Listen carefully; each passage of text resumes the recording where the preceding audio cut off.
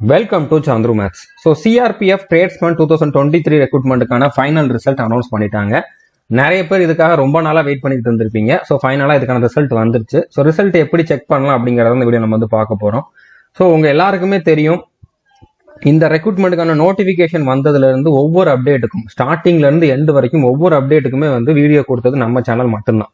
தமிழில் வேற யாருமே இதை வந்து பண்ணாங்களா அப்படின்னு சொல்லி எனக்கு தெரிஞ்ச வரைக்கும் கிடையாது. நடுவில் ஏதாச்சும் ஒன்று கொடுத்துருக்கலாம், பட் எல்லா இன்ஃபர்மேஷனுமே வந்து நம்ம சேனல்ல கரெக்டா கொடுத்துருக்கோம்.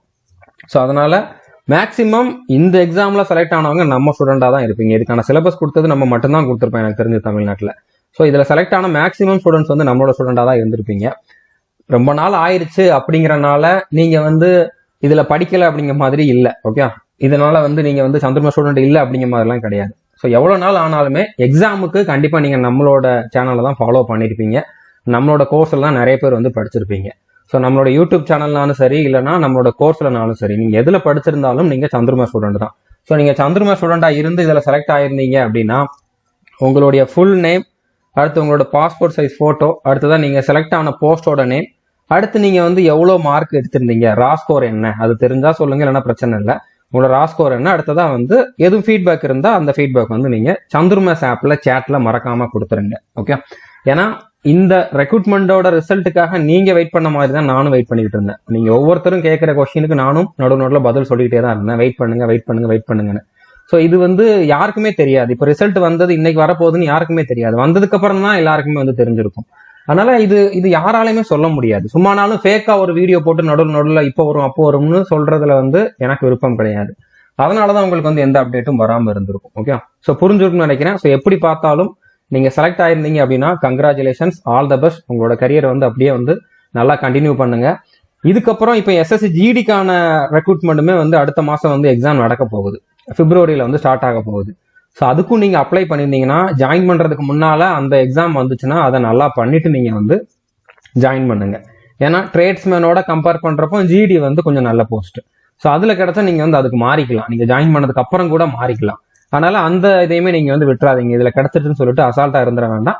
எல்லாருமே வந்து எஸ்எஸ்சி ஜிடிக்கு 2025 ரெக்ரூட்மெண்ட்டுக்கு அப்ளை பண்ணிருந்தீங்கன்னா நல்லா ப்ரிப்பேர் பண்ணி நல்லா உங்களோட அட்டெம்ப்ட் வந்து கொடுங்க. ஓகே, இப்போ ரிசல்ட் வந்து நீங்க எப்படி செக் பண்ணலாம் அப்படின்னு பாத்தீங்கன்னா நம்மளுடைய சந்திரமாஸ் அஃபீஷியல் டெலகிராம் சேனல்ல இந்த மாதிரி ஒரு 3 PDF கொடுத்துருப்பேன். ஸோ இதுல தான் நீங்க பார்க்க வேண்டிய எல்லா போஸ்ட்டுக்குமான ரிசல்ட்டும் இருக்கும். அடுத்தது அப்பெண்டிக்ஸ் பி, அப்பெண்டிக்ஸ் சின்னு 2 இருக்குது.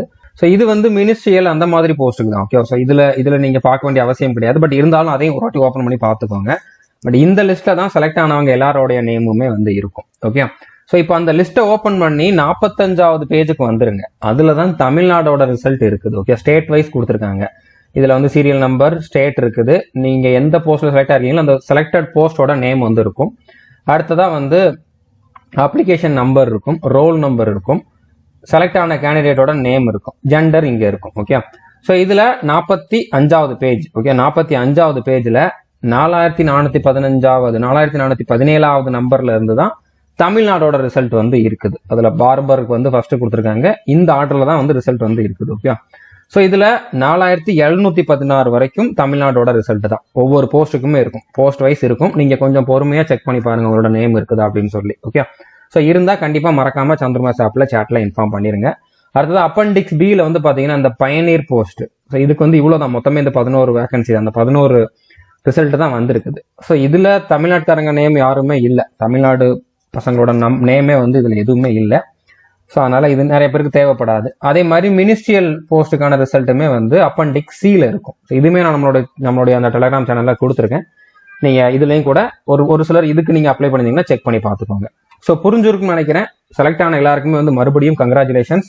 இதுக்கான ஜாயினிங் லெட்டர் வர்றப்போ நான் கண்டிப்பா ஜாயினிங் இன்ஸ்ட்ரக்ஷன்ஸ் என்னென்ன கொடுத்துருக்காங்க, அடுத்ததா நீங்க என்னென்ன டாக்குமெண்ட்ஸ் எல்லாம் கொண்டு போகணும் அப்படிங்கிறதுக்கு வீடியோ போடுறேன். பட் ஜாயினிங் லெட்டர் வர்றது எனக்கு தெரியாது, செலக்ட் ஆனவங்க சொன்னாதான் தெரியும். ஓகே, அது வந்து எல்லாருக்கும் தெரியுற மாதிரி ஒரு இதுல அப்டேட் பண்ண மாட்டாங்க. இண்டிவிஜுவலா ஒவ்வொருத்தருக்கும் தான் அனுப்புவாங்க.